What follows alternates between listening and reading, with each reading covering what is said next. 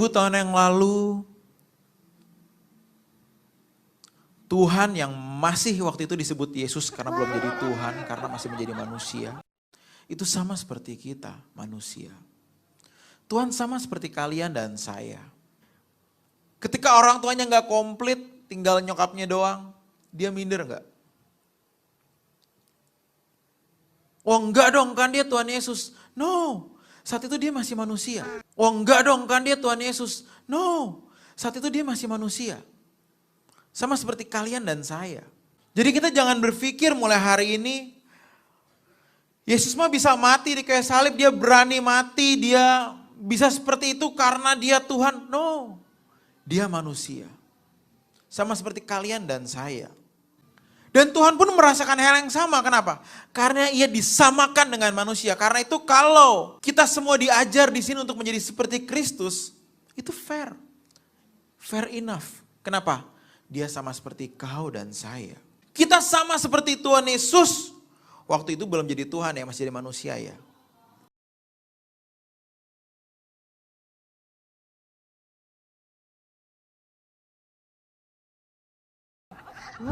Kalau dia mengatakan itu ya, ini jelas kata-kata yang ngawur dan sesat.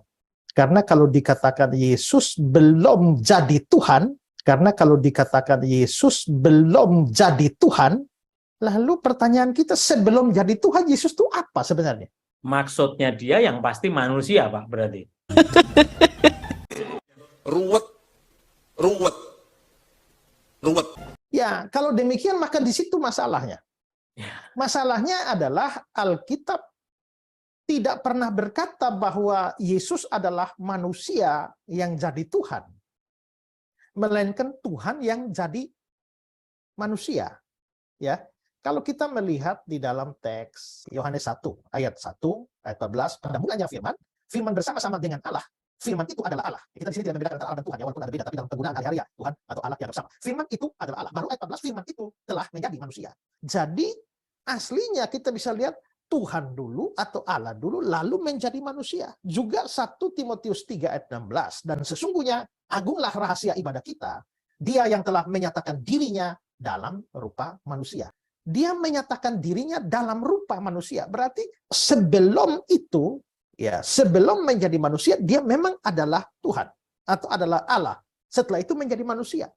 Nah, kalau sekarang dikatakan bahwa waktu itu belum jadi Tuhan, maka pertanyaannya adalah, Yesus ini adalah manusia yang jadi Tuhan atau Tuhan yang jadi manusia? Ruwet.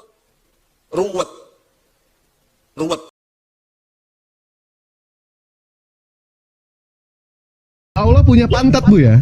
Allah Bapa punya pantat? Punya, semua Oh, kan gitu. dibilang, mari kita ciptakan manusia serupa dengan wajah Allah. Kan katanya. Berarti punya bulu hidung, Tapi dia sempurna, bukan kayak hidup saya dia. Sempurna.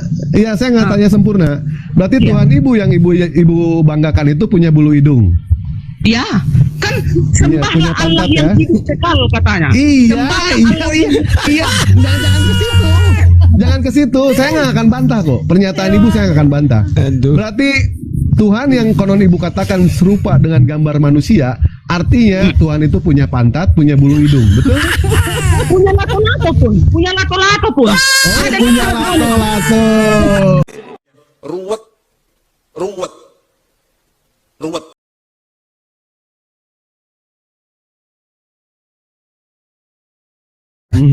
Sempat tertidur, dengar Tuhan punya lato-lato, kebangun.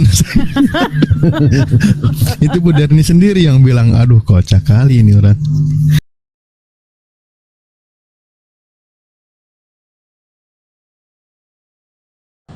Saya Pendeta Henry Randianta mau menjawab pertanyaan. Sebenarnya saya sudah sering menjelaskan tentang hal ini ya, dengan bahasa yang alkitabiah. Titit Yesus itu hanya aksesoris.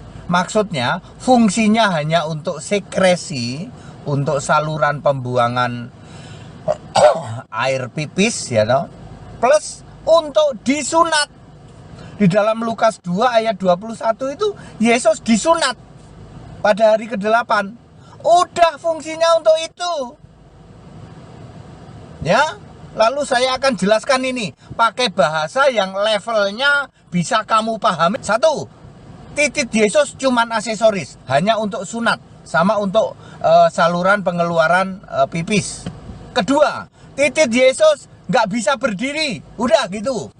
Titit Yesus nggak bisa berdiri, beda dengan punyamu. ruwet, ruwet.